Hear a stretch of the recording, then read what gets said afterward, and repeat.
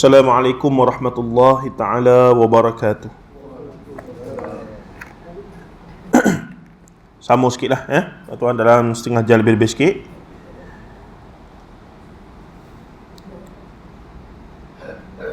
Pada bahagian ini saya mengesyorkan lah supaya fokus kepada keluarga besar ahli sunnah wal jamaah itu.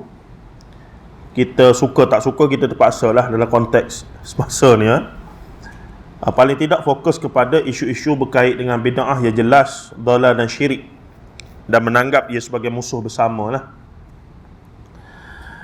Baik, bid'ah yang dimaksudkan adalah dalam urusan akidah. Bid'ah akidah ni bid'ah paling besar yang boleh menyebabkan syirik, dalal, kesesatan dan syirik pada Allah Ta'ala. Bid'ah dalam akidah boleh membawa kepada bid'ah dalam amali ataupun sebaliknya, bid'ah dalam perbuatan amal ibadah. Ternyata ia saling berkait antara satu sama lain. Sebahagian daripada punca dan kesan bid'ah sudah kita bahaskan dalam bab-bab sebelum ini. Oleh yang demikian, sewajarnya agenda membantras gejala tersebut menjadi agenda bersama setiap aliran ahli sunnah wal jamaah. Sepatutnya begitu. Cuma lagi yang jadi masalah cara aliran masing-masing melihat bid'ah itu. Macam kita tengok benda yang tidak ada nas yang jelas, terlalu ini apa semua, kita rasa perlu ditinggalkanlah, tidak aslam, tidak selamat. Tapi bagi golongan tradisional pula, mereka melihat selagi mana ada ruang dan ada ulama kata harus, maka kita teruskan. Sebab apa? Dia kira ada tak Rasulullah larang. Kita kata ada tak Rasulullah suruh. Manhaj dia, ada tak Rasulullah larang? Rasulullah tak larang ni banyak lah. Manhaj tu tak kena. Sepatut dalam ibadah ni sebagaimana para sahabat. Contohnya kalau kita baca hadis berkaitan dengan peristiwa tadwinul Quran, jam'ul Quran, menghimpun Al-Quran. Ketika zaman Abu Bakar, ramai sahabat mati yang hafal Quran mati dalam peperangan, berhadapan dengan golongan murtad dan seumpama riddah itu, maka idea muncul Sayyidina Umar radhiyallahu anhu mengusulkan supaya Quran dikumpulkan. Maka bila perkara itu diusulkan kepada Sayyidina Abu Bakar, yang ketika itu adalah khalifah, Abu Bakar terus tak respon, melainkan dia sebut kaifa taf'al lam yaf'alhu Rasulullah sallallahu alaihi wasallam. Bagaimana kita boleh buat satu amal yang kita tak pernah tahu Rasulullah pernah buat? Itu soalan mula-mula. Itu sifat sahabat. Bila satu benda tu dia tak jumpa, macam mana kita boleh berani ni? Maka Umar pun berhujah, dan beberapa orang sahabat berhujah, kita bukan buat benda baru. Quran sudah ditulis. Atas lembaran ke atas apa, Quran sudah ditulis semenjak zaman Rasulullah. Rasulullah ada jurutulis Al-Quran, termasuk Muawiyah ibni Abi Sufyan dan beberapa orang lagi. Cuma sekarang ideanya adalah mengumpulkan apa yang ditulis. Jadi mana benda barunya? Bukan kata benda tak ada langsung, dah ada zaman Rasulullah. Rasulullah dah benarkan menulis Quran. Cuma sekarang kena kumpul, kena susun. Sebabnya mencapah-capah, orang ni ada 2 juzuk, orang ni ada 3 surah, orang ni ada 2 keping. Jadi nak susun jadi 30 tu juzuk dan juga 114 surah tu. Maka projek itu diusulkan sejak zaman Abu Bakar dan dibuat kerja. Siapa dia ustaz yang diarahkan untuk jadi ketua lepas tu? Allahumma salli ala Muhammad. Pemuda ya, Zaid bin Harithah. Cari-cari siapa nak bagi projek ni sebagai ketua lah. Kalau di universiti tu siapa ni nak bagi geran untuk buat projek ni nak cari-cari, jumpa Zaid bin Harithah radhiyallahu anhu. Dan berlanjutan pengumpulan itu sempurna pada zaman siapa? Sayyidina Uthman bin Affan radhiyallahu anhu. Sempurna 114 surah tu. Dan ketika zaman Umar sudah berlaku di mana bacaan Al-Quran mula jadi pelbagai-bagai jenis cara baca dan susunan. Sebab tidak ada satu Quran khusus sebagai parameter ataupun panduan khusus. Maka orang ni baca surah ni dulu, orang ni baca langgar begini. Walaupun kita tahu qiraat ada sampai 10 tu, itu cerita lain. Tapi ni cara baca, sebab dah ramai orang ajam, orang bukan Arab yang asal. Dah mula cara kata, maka sebagian sahabat kata, ni waktu kita hidup pun dah jadi lagu ni. Kita mati esok-esok lagu mana? Lagilah. Maka datang idea mesti segera. Dan ketika mana sudah sempurna Al-Quran Mushaf Utsmani tu, maka dibakar versi-versi yang lain, tak boleh, mesti satu tu saja. Ijtihad Sayyidina Uthman bin Affan radhiyallahu. Kalau tak tuan-tuan, tak jadi macam hari ni. Tak jadi macam hari ni, orang ni mari Quran ni surah lain dulu nombor 1, tidak Fatihah. Pening. Pergi ke Saudi lain Quran dia, pergi ke Pakistan lain. Jadi tindakan Sayyidina Uthman dan para sahabat ijtihad tu membantu dan memantapkan, ataupun memang satu keperluan untuk umat. Jadi dan ketika itu tidak ada lagi titik baris, belum ada. Naskah tu ada lagi di mana? Di British ke mana tu, tunjuk bertebar. Tak ada titik, tak ada apa. Tapi orang Arab dia boleh baca lah. Kena kita hari ni buta kayu. Jadi apa dah lah tu. Begitu. Baik. Jadi peristiwa Jam'ul Quran ini memberi bukti bahawa ada orang katalah tu benda baru tu. Apa nama? Kumpul Quran 30 juzuk. La, zaman Rasulullah dah ada. Begitu juga pada zaman Ibn Syihab Az-Zuhri radhiyallahu anhu rahimahullah taala, yang diarahkan oleh Umar bin Abdul Aziz untuk tadwinul hadis, mengumpulkan hadis tulis. Awal zaman Umar bin Abdul Aziz, maka ada setengah kata, ni mana boleh, benda bid'ah lah ni. Rasulullah tak benarkan tulis hadis. Tidak. Rasulullah tak benarkan tulis hadis, takut bercampur dengan Quran. Tapi Rasulullah telah membenarkan beberapa orang tertentu untuk tulis hadis. Uktub li Abi Syah, tulislah hadis untuk Abi Syah. Ada satu hadis. Jadi benda-benda begitu menunjukkan penulisan hadis pun sudah ada. Cuma tak ada juga. Orang ni tulis sikit, orang ni tulis sikit, orang ni tulis sikit. Jadi bila dah lama-lama hampir 100 hijrah dah tu, awal abad 100 hijrah tu, hujung awal abad pertama, Umar bin Abdul Aziz kata tak boleh. Kalau dibiar begini, hilang hadis Nabi. Golongan Syiah mula rekod hadis. Ni Nabi sebut. Pergi jumpa orang ni Nabi sebut. Ketika itulah mulanya ulumul hadis, perkembangan. Siapa sanad kamu? Kamu ambil daripada siapa ni? Kena tanya kamu ambil daripada siapa? Semak berdasarkan ayat apa dia? Ayat apa dia dah? In ja'akum fasikum binaba'in fatabayyanu. Itulah semangat, menjadi semangat kepada ilmu riwayah. Tanya daripada siapa, daripada siapa, daripada siapa. Baik, katanya lagi di sini tuan-tuan dan puan rahimahullah, namun ternyata di sana ada juga yang keliru dan terus mempertahankan sebahagian daripada kefahaman dan amalan tersebut atas nama tradisi budaya seumpama. Kita akan begitu, menarik bahagian tu nanti. Itu yang saya duduk dalam bidang saya ni untuk master PhD saya. Saya tengok ada ruang di situ. Ustaz-ustaz kita, malana-malana kita duk bahas sahih tak sahih ni. Tapi ada ruang mereka tertinggal. Mereka tak masuk betul-betul dalam kepala otak orang Melayu. Mereka tak bincang macam mana riwayat-riwayat palsu ni sampai ke alam Melayu, bertapak, berkembang. Mereka tak bincang secara khusus, umum. Mereka tak cerita lagu mana benda-benda bid'ah, khurafat apa semua ni boleh berkembang. Apa situasi masyarakat tok nenek moyang kita dulu. Mereka juga tak bincang apa dia. Jadi pada saya itu ruang. Saya tengok kita nak jadi selevel dengan mereka ni, payah dah lah rasanya. Kita pun start lewat dah. Rasa-rasanya tak dan dah ni. Tiba-tiba dalam apa yang mereka sudah buat tu, ada satu ruang kecil mereka tinggal, iaitu khusus untuk situasi-situasi alam Melayu. Maka saya pun duduk situ. Alhamdulillah, nampak ruang tu dan kita menyumbang dalam bidang tu. Sebab itulah bekas pesara saya UM ni, bila saya dapat UIA dah, satu malam 12.30 pagi dia WhatsApp saya. Dia tunjuk buku kita Israiliyat hadis maudhu' dan fitnah sirah di alam Melayu tu. Dia kata saya duk baca buku awak ni 2023, saya bagi buku tu 2019. Masa kita duk mengaji master lagi, saya duk tulis buku tu, bagi hadiah ke dia. Dia baru baca malam. Sebab apa?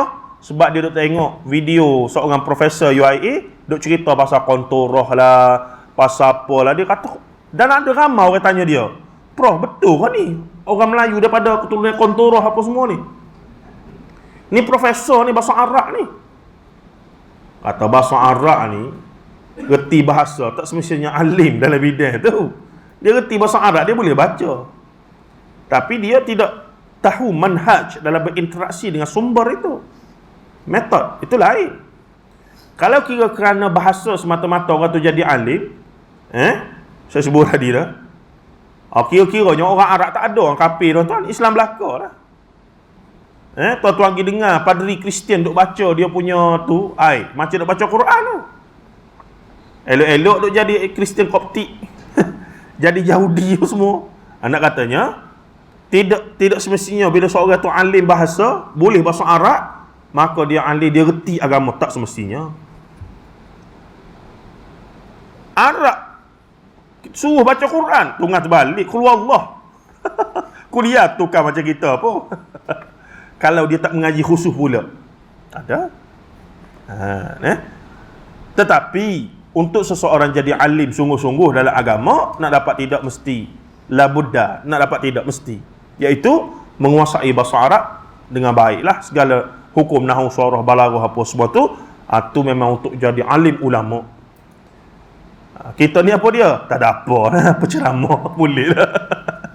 Saya buat kerja saya lah. Sebab tu saya kata ke Ashraf tadi, sebab tu kalau orang tanya saya pengajar Melayu. Bukan pengajar Islam. Cuma kita bincang isu-isu Islam dalam pengajar Melayu. Jadi kalau salah baris ke apa semua tu, faham-faham, al-maklum lah tu. Jangan duduk kena berat-berat sangat. Baik. Adalah sikit dia punya nak melepaskan diri tu. Baik.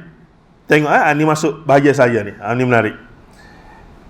Contohnya saya kata tu, dari satu aspek kita setuju bahawa tidak semua kepercayaan dan amal tersebut adalah haram secara ain tadi, haram secara mutlak. Tapi kerana ada qarinah-qarinah, saya dah bagi contoh tadi. Contohnya amalan upacara ulit mayang di Terengganu. Asal muasal upacara ini adalah memuja semangat padi agar padi pada tahun tersebut menjadi. Asalnya begitulah. Kenapa buat sembahyang ulit mayang ni? Puja semangat padi. Takut-takut semangat padi marah, padi tak jadi tahun tu. Tu mari mana semangat padi. Tapi itu dulu-dululah. Nah, nyanyilah dia ulit mayang dia ulit daripada lepas maghrib sampai ke isyak, sampai ke subuh. Duk menyanyi, duk bergolek kan. Kini upacara tersebut secara khusus sudah tiada, namun ada kumpulan kebudayaan menghidupkannya atas nama mengekalkan peradilan tradisional. Justru jika kini ia ditarikan untuk tujuan kebudayaan, bukan lagi untuk puja memuja semangat padi, maka hukum haram berkait akidah itu terlepas daripadanya. Jadi dia bukan isu akidah lah, isu fiqh. Kalau yang duk menari tu perempuan tak tutup aurat, yang duk tengok tu laki-laki ajnabi, haram, tu tak haram, dosa lah. Tapi dia tak pergi isu akidah tu. Isu fiqh kebudayaan lah maksudnya. Isu duk tengok orang menyanyi, orang berjoget je lah. Tidak jahlah, maksudnya tidak pergi pada akidah tadi tu. Dua itu.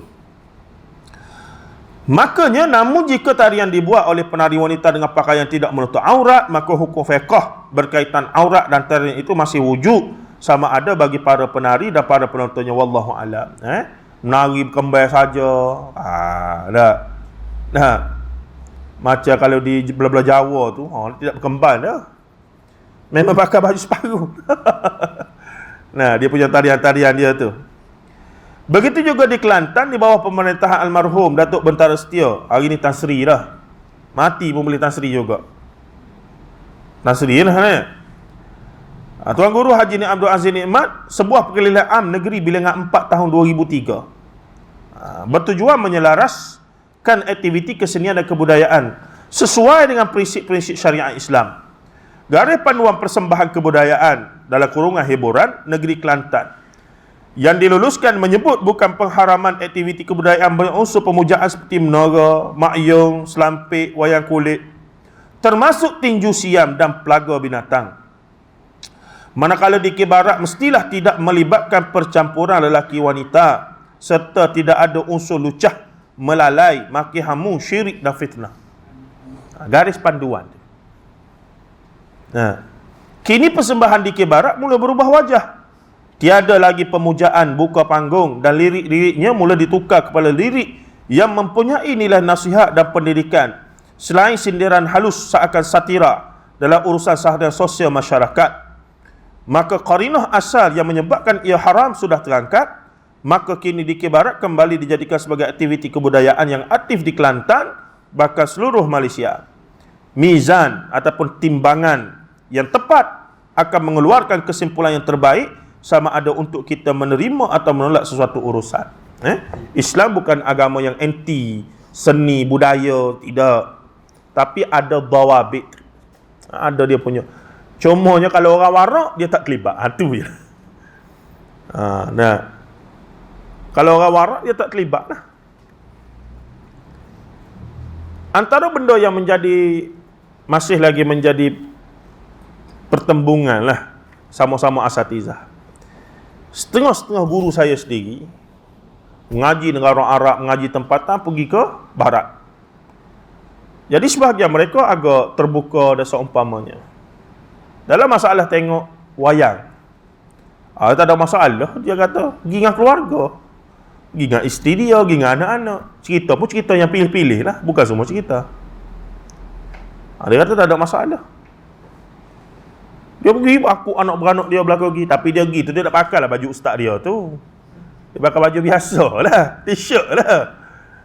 Nah, tapi sebahagian lagi yang mengaji di tempatan juga, mengaji di negara Arab dia kata tak boleh. Hukum asalnya sebab tempat tu memang ke arah banyak maksiat berbanding hak baik. Memanglah kita kira keluarga tapi lepas tu dia kira, kalau mati sana lagu mana? Dia kata, kalau mati sana lagu mana? Jadi geng-geng ni pun senyap lagu. Nah, sebab dia tak pergi. Moga TV rumah dia besar dah. Jadi dia tak pergi, dia tak bawa. Itu kita tengok, okey. Buya Hamka menonton wayang. Jadi bila dia tanya kenapa Buya minat ni, dia kata, benda tu seni ni. Last sekali dia kata, ayah saya pun tengok juga, dia kata. Jadi dia pun tak ada. Ada benda-benda yang kita kalau perbincangan fiqh panggil umum balwa. Benda yang sudah umum. Maksudnya untuk kita nak kata haram mutlaqan tak boleh juga. Nak kata benda tu ada maslahah, ada kebaikan hasanah pun tak boleh juga. Pandai-pandailah. Jangan berlebih. Itu sajalah. Nah. Orang ramai mak kilau itu siapa dia tak pergi. Marinya. Tapi tengok suasana lah. Maksudnya kali kita pergi tengok popok lebay pakai jubah belakang, berjanggut serban nak masuk panggung raya, pening kita. Paling tidak tukarlah baju tu dulu. Kan tak sesuai begitu. Bukan kata benda tu haram mutlak ke lagu mana. Dah nak pergi tengok jogok cerita sedap ke, dan cerita tu terbukti tak ada adengan memang bersih. Nah. OPP sebagai contoh. Boleh lagi tengok. Bawa cucu dah. Okay.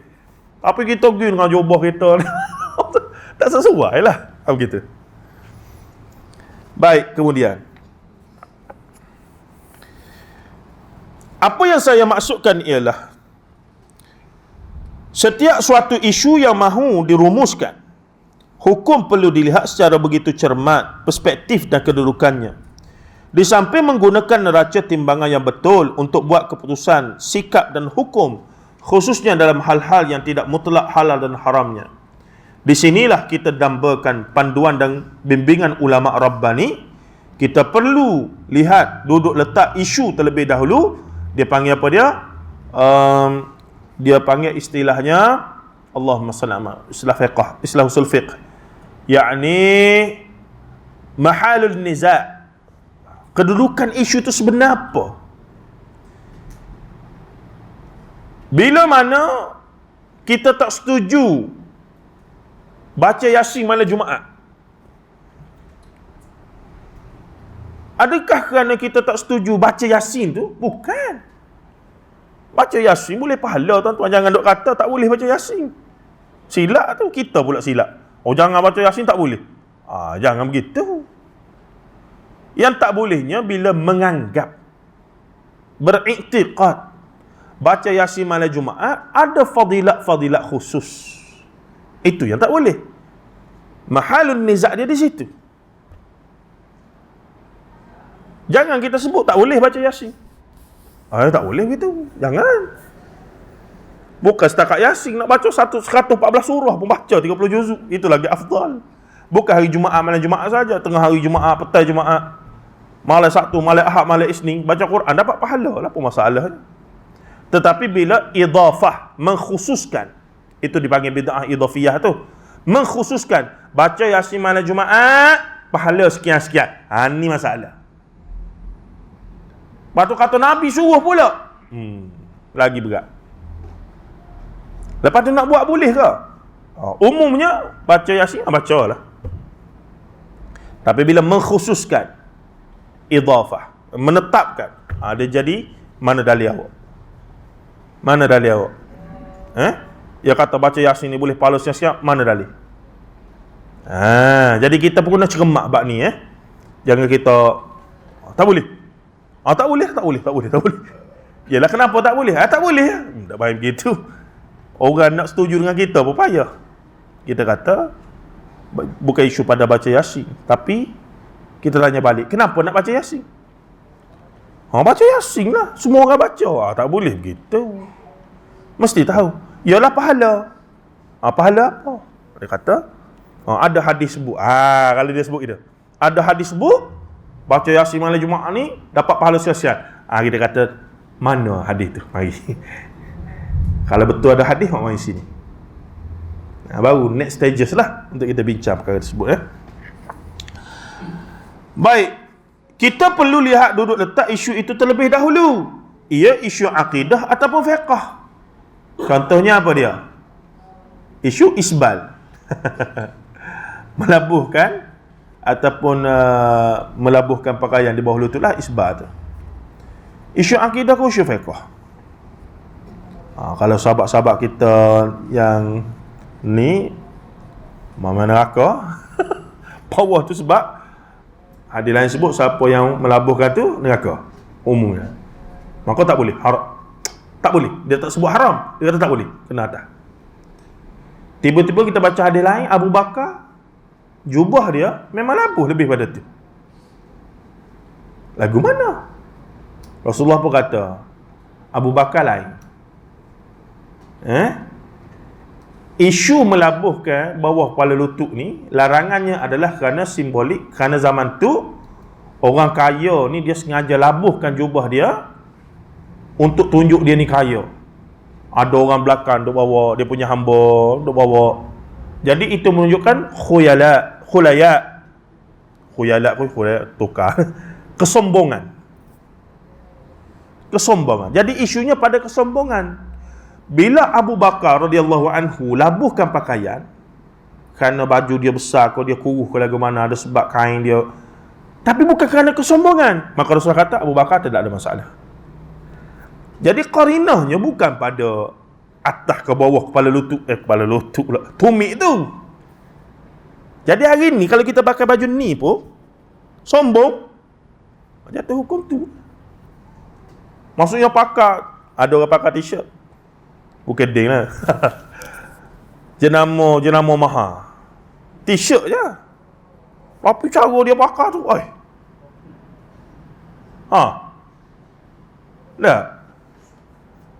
itu benarnya bukan masalah pakaian tu, masalahnya emosi, sikap yang datang dengan pakai baju tu.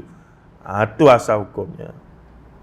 Tapi bagi kita orang lelaki ni, sebaik-baiknya jagalah benda tu. Yang terbaiknya begitu. Baik, katanya lagi, ia usul ataupun furu', sama ada akidah ataupun fiqh. Usul ibadah ataupun furu' ibadah. Ia isu sawabik ataupun mutaghayyirat. Sawabik yang tetap, akidah lah, tak boleh berubah. Ataupun mutaghayyirat, hal-hal yang boleh berubah, sistem penama perbankan, produknya. Dulu mana ada bank? Zaman Rasulullah, zaman sahabat mana ada bank? Hari ni ada bank. Dulu tak ada, beli online dengan Shopee apa semua. Sekarang ni kejap-kejap sampai. Pening kita. Aku tak order ni, rupanya order bini order. Kejap-kejap sampai. Bila masa dia akad apa dah? Bukan akad nikah. Ni apa nama? Akad jual beli itulah. Kalau mazhab Syafi'i kat, tak cukup syarat atau tak cukup rukun tu. Bila masa sebut jual beli. Tu ada perbahasan lah dalam bidang tu, tanya Ustaz Mustafa Suki. Dia kata klik yes tu kira akad lah tu. Kita beli air gedegan, masuk RM2, dengar dia tu. Bila masuk kita sebut jual beli jual mana ada. Bahkan kalau pergi kepada mazhab Syafi'i ni, boleh tanya Ustaz Mustafa. Jual beli dengan orang yang tidak akil balik pun tak sah. Tuan-tuan, kita ada orang suruh anak dia pergi beli rokok. RM20 pergi beli rokok. Anak dia tu tidak akil balik lagi. Lepas tu benda yang dia beli pula rokok. 2 kali haram. Soalan begitulah. Begitu juga dianggap tidak sah jual beli jika dengan non-Muslim. Letih tuan-tuan kalau ikut mazhab Syafi'i ni. Kita duk beli dengan acung apa semua, seming duk buat rumah. Duk buat spek mata dengan Cina. Muamalah tak ada masalah, tapi jadi sebab itulah dalam bab muamalah ni, pihak-pihak yang terlibat dengan sebagai penasihat bank apa semua tahu sangatlah. Memang mazhab Syafi'i tak popular langsung. Dia sama ada Hanafi ataupun Hambali. Fatwa banyak pakar. Last kali banyak fatwa Syekhul Islam Ibn Taymiyah. Walaupun dia luar tu, Syekhul Ibn Taymiyah ni sesak lah mujassimah. Bila dia jadi penasihat bank, Ibn Taymiyah dia pakar. Muka yang sama di luar duk kutuk Ibn Taymiyah ni. Tapi bila dia jadi penasihat bank dia duk luluh produk-produk berdasarkan qaul fatwa Syekhul Islam Ibn Taymiyah. Adalah 2-3 ketua tu. Kita tengok, pelik sungguh ni. Dia macam apa dia? Ibn Taymiyah tak dia pakar begini. Tapi Imam Ibn Katsir okey. Ibn Katsir tak nak murid Ibn Taymiyah. Dia kata pening banyak. Orang kata Ibn Katsir tak apa. Ibn Katsir kita kata Ibn Katsir tu tafsir dia tu semua majoriti dia ambil daripada guru dia Syekhul Islam Ibn Taymiyah. Zahabi dengan Ibn Qayyim Jauziyah. Tu guru tula tu satu zaman. Baik. Yang keempat, ia antara sunnah dan bid'ah, halal dan haram, hak dan dalal, atau sekadar tentang afdal dan mafdul, rajih dan marjuh, aulawiyat dan mutaakhirat, dan seumpamanya. Kadang-kadang banyak perbahasan yang kita habis masa, sama-sama satu aliran ataupun dengan aliran lain itu, kadang-kadang antara sunnah bukan antara sunnah dan bid'ah pun, tapi antara apa dia? Afdal dan mafdul. Yang mana lebih afdal? Itu saja. Saya nak buat begini, ada ulama kata, tapi yang lebih afdal lagu mana? Kalau ikut mazhab Syafi'i yang ni, itu je khilaf dia. Nah, ataupun rajih dan marjuh. Rajih marjuh ni biasa qaul ataupun fatwa lah, berdasarkan hadis dan seumpamanya. Aulawiyat dan seumpamanya. Justru bagi setiap Muslim ahli sunnah wal jamaah yang berbeza mazhab akidah dan fiqh, sewajarnya mereka sentiasa mencari yang terbaik daripada petunjuk Al-Quran dan Sunnah dalam urusan akidah dan ibadah.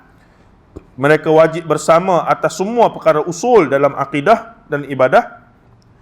Dalam masa yang sama mereka dibenarkan dan perlu berlapang dada dalam menguruskan khilaf perkara furu'. Namun sewajarnya mereka berpegang dengan hadis Rasulullah SAW yang sengaja Imam Nawawi rahimahullah masukkan dalam matan Arba'in An-Nawawiyah, atau lebih masyhur dengan gelaran hadis 40 Imam Nawawi. Hadis mana tu? Hadis yang berbunyi Abi Muhammad ibn al-Hasan Ali bin Abi Talib Sibti cucu Rasulullah sallallahu alaihi wasallam, wa raihanatihi, dan kegembiraan bagi Rasulullah ataupun kecintaan bagi Rasulullah. Raihan ni gembira, radhiyallahu anhuma, kedua-duanya itu dicintai oleh Rasulullah sallallahu alaihi wasallam. Qala hafiztu min Rasulillah sallallahu alaihi wasallam.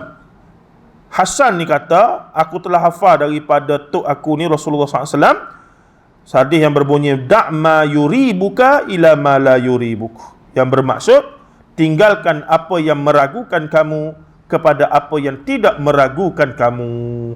Ni boleh jadi kaedah dalam kita beragama hidup. Benda kita ragu, tinggal selalu. Boleh buat tak boleh buat? Tinggal. Ambil yang confirm boleh buat.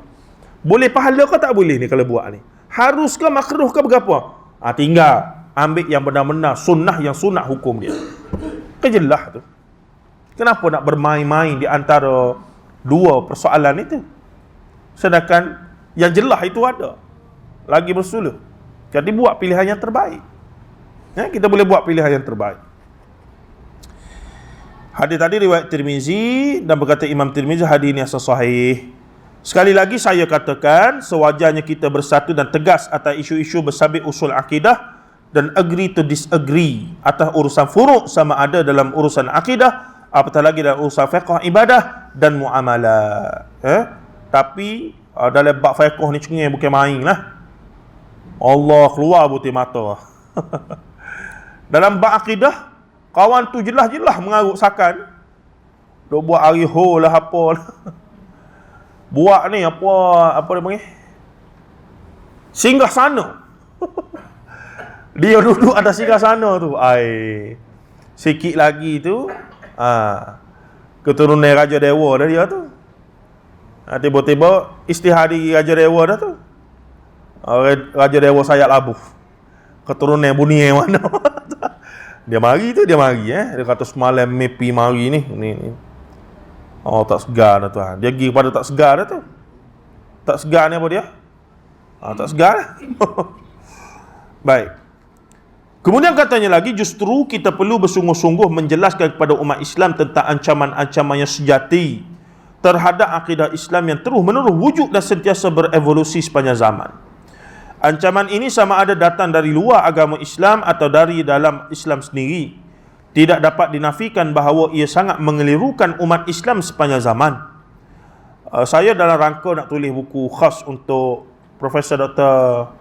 Abdul Fattah Harun Ibrahim, dan kita dapati banyak buku dia sekarang JAKIM tak terbit balik. Adalah tangan-tangan gaib yang tidak setuju tu, mereka tak terbit balik. Mujurnya sebahagian daripada buku itu sudah disimpan sebagai buku digital. Jadi kita ada satu buku tu sampai 1000 lebih muka surat. Dan banyak lagi yang belum diterbitkan sebenarnya. Disimpan oleh keluarga dia lah. Tetapi secara jelas bila dia susun benda-benda yang sesat apa semua ni, kita dapati memang ada dua kategori. Dia susun tu, kira benda yang boleh mengancam akidah ni ada dua. Daripada luar agama, iaitu agama Kristian ke, agama ni apa Hindu, Buddha ke apa semua tu. Tapi ada sebahagian daripada dalam Islam sendiri. Apa dia? Batiniyah, Wujudiyah, apa nama, Sufi, Tarikat, apa semua dia jelaskan situ. Ada saya duduk rangkau, lama dah duduk rangkau saja ni, buat-buat dah. Nak tunggu tenang-tenang sikit dah. Mari duduk Kuala Lumpur sedap sikit lah. Duduk sana tenang sangat. Kelas pukul 8.30, 8.25 baru start motor. Tak ada orang apa jam, tak ada apa. Relax tengok, tak ada orang ni.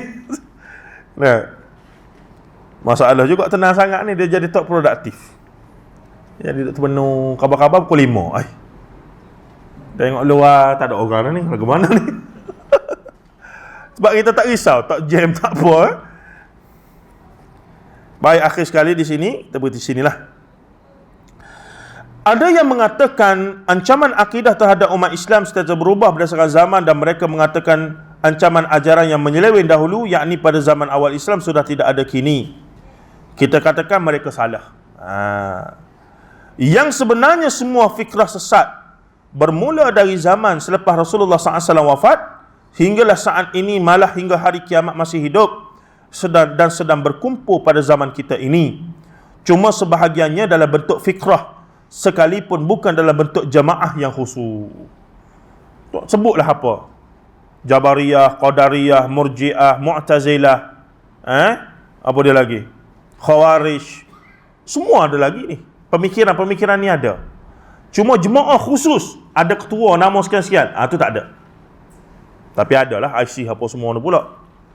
Tapi nak cari tadi saya sebut, jemaah ataupun NGO tertentu, jemaah Qadariyah se-Malaysia, tak ada lah. Nah, ataupun apa dia, angkatan Murji'ah se-Malaysia, tak ada. Tapi fikrah-fikrah itu masih wujud sampai hari ini. Dia tak hilang begitu. Dan kadang-kadang mereka yang bersikap dengan sikap-sikap begitu tak sedar mereka ada ciri-ciri pemikiran yang begitu. Jabariyah, Qadariyah, dia kata dah Tuhan buat belaka, dah buat apa lagi ya? Bila dia tertimpa musibah dan seumpamanya, benda-benda begitu. Dan ini menarik yang tuan-tuan, saya selitkan sikit sebelum kita berhenti ni, adalah bab ni habis.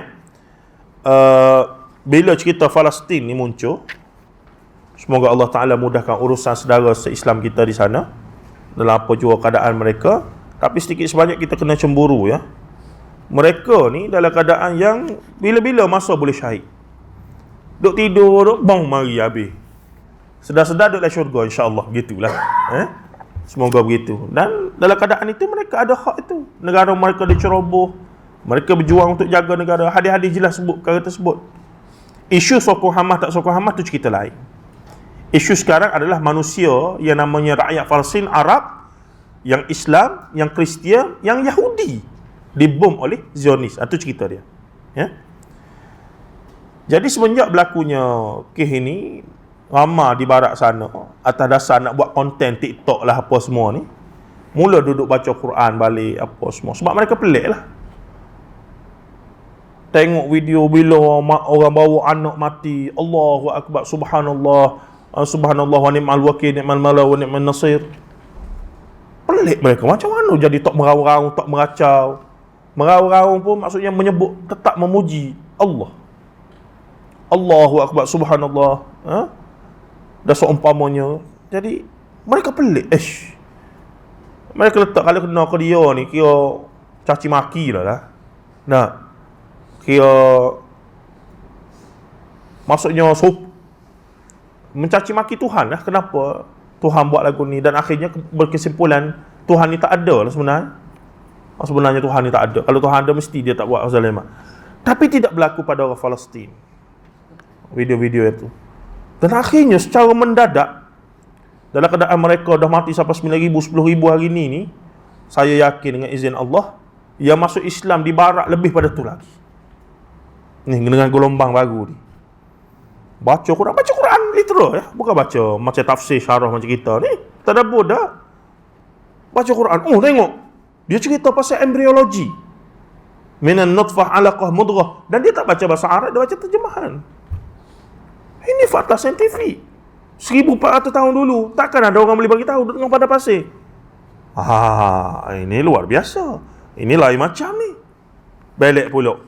Ni the beginning of the universe. Gini. Ush. Belek sini. Kita pun tak lagi tu. Kita tak pernah baca. Siapa pernah baca terjemahan Quran daripada awal sampai habis? Tak ada lah. Kita tebuk-tebuk je lah. Mungkin adalah orang yang baca dan seumpamanya. Jadi di sebalik segala musibah yang berlaku itu, Allah dengan segala kekuasaan dia ada rancangan yang lebih hebat, saya yakin. Dahsyatlah gelombang anti-Zionis di barat, bahkan gelombang secara terbuka masuk Islam. Yahudi, Jus mengucap kalimah syahadah masuk Islam. Cuma kita pun tak bolehlah terlalu seronok sangat. Masuk Islam 2 hari dia lepeh balik aja. Masalah juga. Tapi biasanya tak begitulah, sebab mereka akan buat research. Mak Saleh ni satu kelebihan dia baca. Dia akan baca. Dia akan dig more deeper untuk tahu, to understand the subject matter. Dia akan pergi sehingga dia betul-betul yakin lah. Allahu a'lam. Kita berhenti situ insya-Allah. Ada soalan? Moleknya tiada macam biasa. Okey.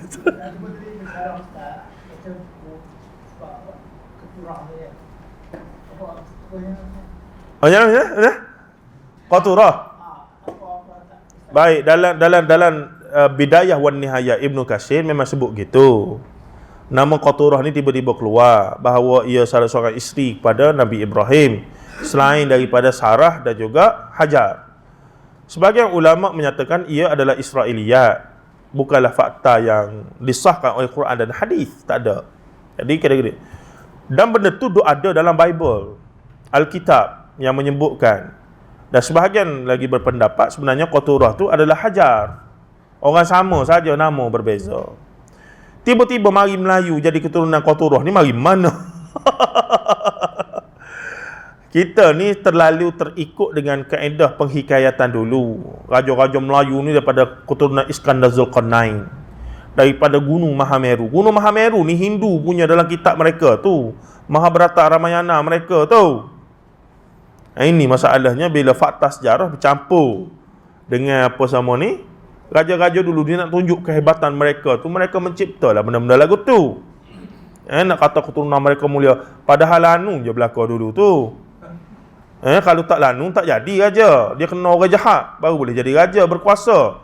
Itu realiti, bukan fakta sejarah. Bukan raja lah ni tak apalah cara dia lah. Dulu. Kalau tak jahat mana jadi boleh jadi penghulu kampung. Kalau tak sarik dol, siapa dia nak dengar dia kata? Dia mesti sarik dol. Dulu kan, kalau baik insya-Allah boleh, tak ada orang. Dia kena jahat, dia kena kaya, kena jahat, baru orang takut, baru dia boleh jadi ketua. Dulu. Jadi cerita Qaturah ni, dia relate dengan isteri Nabi Ibrahim ni yang baru ni. Nabi mana? Nabi Ibrahim ketika nak berpindah tu pernah lalu Kedah ni, mari tu. Benda tu apa faedahnya untuk kita? Bangsa Melayu takkan hebat dengan benda-benda lagu tu. Bangsa Melayu tak akan hebat dengan cerita-cerita tu. Bangsa Melayu akan hebat dengan apa dia? Bangsa Melayu hebat kau dengan cerita kebal. Tok nenek moyang kita kebal, boleh terbang boleh terbang parang terbang apa semua. Last kali kena jajah 500 tahun. Di mana orang kebal-kebal belaka tu? Ni cerita wali lah apa semua. Palestin nyatalah wali-wali terbang tu. Tu kita fikir gitu, kita dah mengarut sakan ni orang ni. Tapi ni mempelecehkan tok nenek Melayu orang. Yang hebat-hebat, yang mengarut kena kata mengarut. Akademik kita ajar begitulah agama ni. Nak kebal lah terbang sana sini kena jajah 500 tahun. La ilaha illallah. Sebab apa? Sebab Mak Saleh mari dengan meriam mengapa ni. Bayar rasuah pada masa Melaka tu, bayar rasuah pada orang dalam apa semua. Menang lah. Walaupun Melaka zaman tu hebat dah, ada meriamnya, ada rentaka macam-macam dah, tapi akhirnya rasuah lah. Dan berapa orang dah, saya tak nak sebut lah, bangsa-bangsa tertentu yang kemudian menjual maklumat dari dalam dan seumpamanya itu kerana kepentingan. Kalau tak berpihak pada Portugis, kalah, akhirnya kita kena.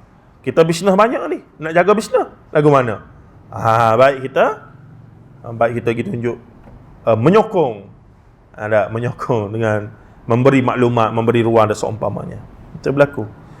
Jadi sejarah ni satu benda yang lampau, teksnya ada, tapi teks itu ataupun maklumat itu perlu dibahaskan. Dia panggil kalau teks criticism, untuk tengok yang mana yang sejarah betul, yang mana yang kita hikayat apa semua ni.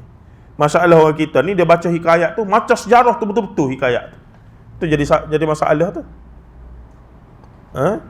Percampuran itu berlaku. Memang berlaku. Jadi cerita Qaturah ni nak pegang tak ada unjang lah. Di mana lagi? Dan apa manfaatnya untuk kita? Dia kata hebatlah begini. Kita kata tak ada masalah. Kita memang keturunan Nabi Adam AS. Apa masalahnya? Semua daripada kita keturunan Nabi. Dia nak angkat bangsa, bukan bangsa kita saja, semua bangsa begitu. Dia nak ada satu sandaran kehebatan lah nak angkat bangsa dia tu. Nah, tapi Melayu takkan bangkit dengan benda tu. Takkan. Kepalsuan sejarah yang disandarkan itu bahkan menjadi kelemahan, bukan kekuatan. Kerana akhirnya bangsa yang bangkit adalah bangsa yang berilmu, yang menguasai jati diri ilmu mereka dan terbuka menerima keilmuan daripada tamadun-tamadun lain, dan akhirnya menghasilkan kekuatan tamadun dia sendiri. Itu baru bangkit. Kalau dok main khoya, terbang sana terbang sini, tak sudah, tak habis. Nah, kebar bukan main dah. Balik rumah lewat bini jekah. Hilang kebar. Tak ada kebar sangat pun. Begitulah. Masih kita kenal lagu tu lah, bersikap tidak terlalu ni rapi. Kalau cakap dengan sahabat-sahabat kita, dulu datuk saya makan 10 pinggan biasa. Itu bukan hebat pelahak tu. Apa yang hebatnya? Cara kita pelik orang kita. Wallahu a'lam. Begitulah lebih kurang. Okey, kalau ada apa-apa kita sistem pendidikan.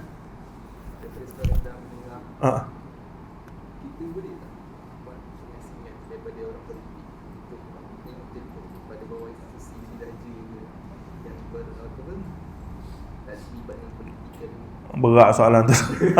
Ini soalan kena usul parlimen. Pada hakikatnya pendidikan kita tu tak ada terlibat dengan orang politik sangat. Sebab akhirnya yang melaksanakan adalah eksekutif. Tapi tetaplah menteri-menteri yang membuat dasar tu adalah orang politik. So di situlah sikit sebanyak kena mengikut arus. Kalau yang naik nak begitu apa semua tu begini. Wallahu alam, kata nak asing bawa raja apa semua tu, raja-raja pun tak nak pening kepala mereka tu. Terpaksalah kita cuma kita harapnya pentadbir di peringkat kementerian apa semua ni, mereka sebenarnya dah ada semua benda yang mereka nak buat apa semua. Bagus-bagus. Dasar, kalau baca dasar-dasar negara kita ni, pendidikan apa semua bagus. Tapi biasalah orang politik ni dia nak ada penanda bendera dia. Saya orang mula-mula buat benda ni. Dia nak nama dia tercatat dalam sejarah, dialah orang yang ni. Nanti dikenang-kenang lah benda tu sampai bila-bila. So dia marilah dengan idea tu, idea ni, begitu, begini, nak begitulah, nak beginilah. Dan sebalik idea-idea itu akan ada apa dia? Projek-projek yang menyusul. Bila dia kemuka satu gagasan, idea, maka kena laksanakan. Di mana nak cari bahan tu? Lantik konsultan. Lantik konsultan. Ni kena sebarkan seluruh. Kena belilah, buat terbit buku pula. Itu sebenarnya circle itulah. Jadi menurut sistem negara kita ni, legislatif, judiciary dengan politik, eksekutif, payah jugalah. Memang akan berada dalam circle itu untuk buat satu jangka masa yang tertentu. Wallahu a'lam. Okey, tak ada apa-apa dah. Kita berhenti sini InsyaAllah masih semua. Jumpa lagi bulan depan. Dah harapnya masa tu saya dah pindah balik sini lah. Ataupun paling awal pun bulan 2 tahun depan sebenarnya. Kena perhabis sem ni dulu Sallallahu alaihi wasallam Muhammad wa ala alihi wa sahbihi ajma'in. Alhamdulillah rabbil alamin. Assalamualaikum warahmatullahi taala wabarakatuh.